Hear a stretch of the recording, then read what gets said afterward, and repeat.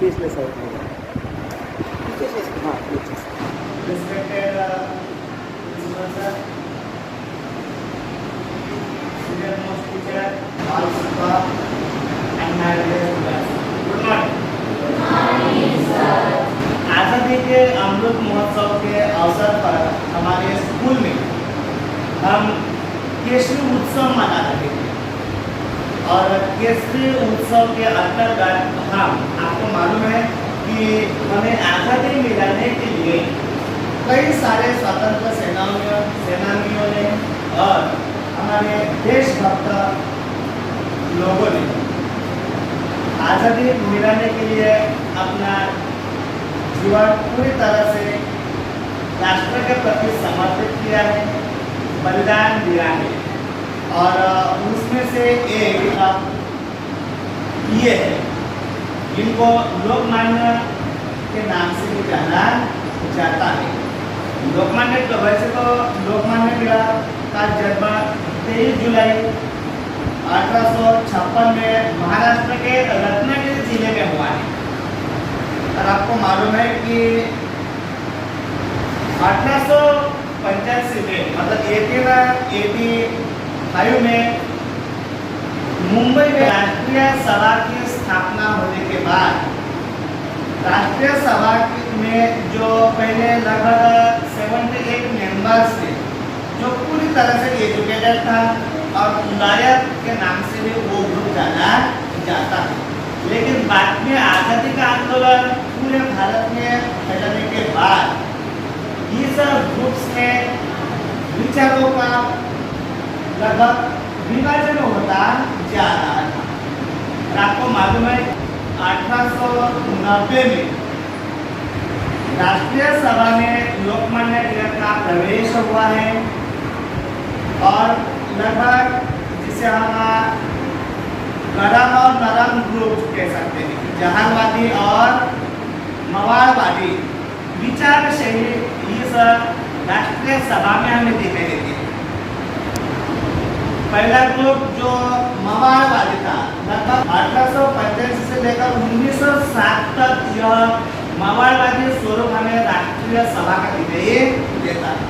मतलब हमें आज़ादी मिलाने के लिए उन्होंने अंग्रेजों को रिक्वेस्ट एप्लीकेशन करना है क्योंकि ये एजुकेटेड लोग थे, झगड़ा करना इसमें इनकी सोच नहीं थी। पेपर क्या बाद में हमें राष्ट्रीय आंदोलन का स्वरूप हमें दिखाई देता है, लेकिन ये पहला स्वरूप नहीं था। और लेकिन बाद में जो मवाड़वाद जहालवादी दल निर्माण हुआ है जिसे हम गरम ग्रुप के नाम से भी या समूह के नाम से भी जानते हैं, इनमें खास तौर पर जो नेतृत्व किया है महाराष्ट्र में लोकमान्य तिलक ने इनका नेतृत्व किया है।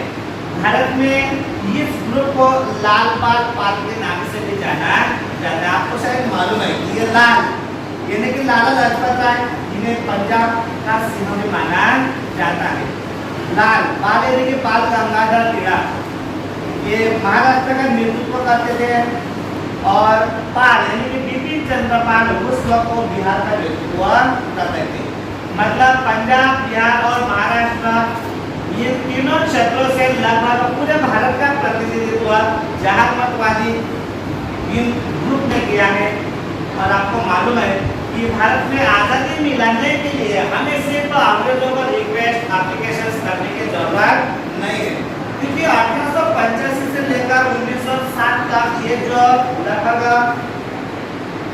21 साल या 20 साल होते हैं, अभी तक अंग्रेजों ने हमें आज़ादी मिलाने के लिए कुछ भी प्रयास नहीं किया है। ऐसा यह ग्रुप मानने वाला था और इसलिए आप अंग्रेजों के साथ एक पार्टी जैसे कि वैसे अंग्रेज हमारे तरफ जिस तरह से बिहेवियर करते हैं उसी तरह से उनके साथ में हम ऐसा ही सलूक करना है।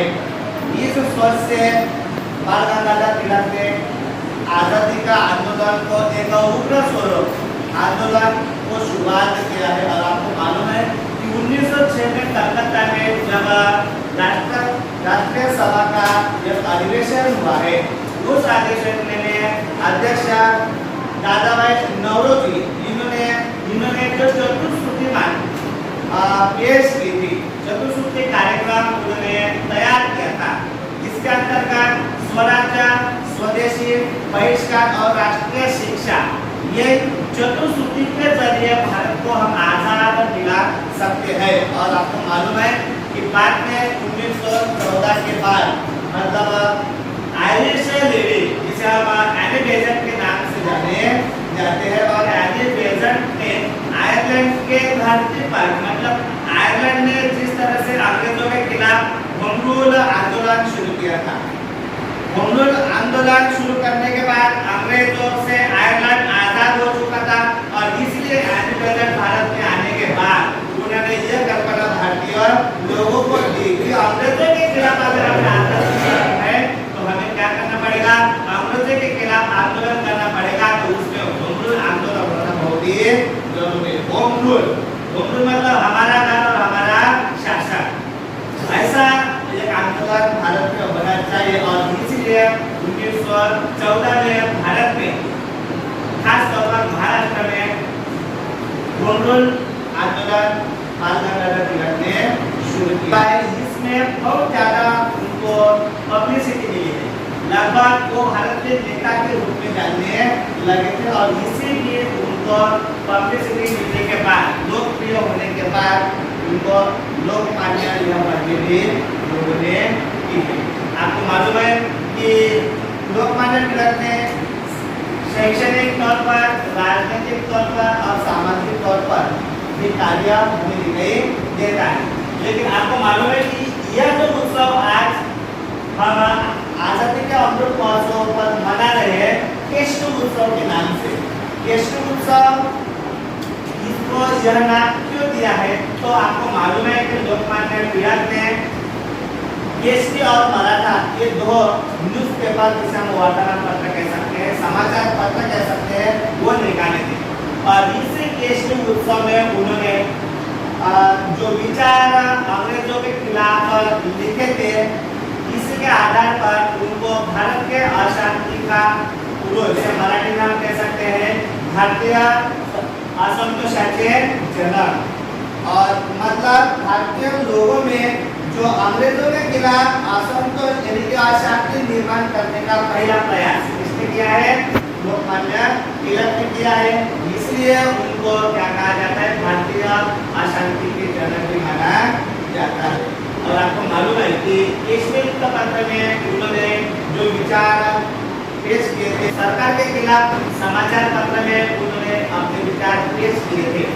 और बाद में आपको मालूम है कि 1 अगस्त 1920 में आजादी मिलाने के प्रयास में, मतलब कि 1907 से लेकर 1920 तक एक नेशनल लेवल पर एक राष्ट्रीय नेता के रूप में वो पहचाने जाते हैं। और 1 अगस्त 1920 में जब उनका मृत्यु हुआ है, अपनी पहचान निर्माण किया है, लगभग एक नए युग की शुरुआत की थी, ऐसा भी माना जाता है। इसलिए तिलक युग का अस्त उनके मृत्यु के बारे में भी कहा जाता है। आपको मालूम है कि तिलक युग के बाद हमारे आजादी का आंदोलन का नेतृत्व महात्मा गांधी के तरफ आया है। और ये जो ड्यूरेशन है 1920 से 1947, यह गांधी युग के नाम से जाना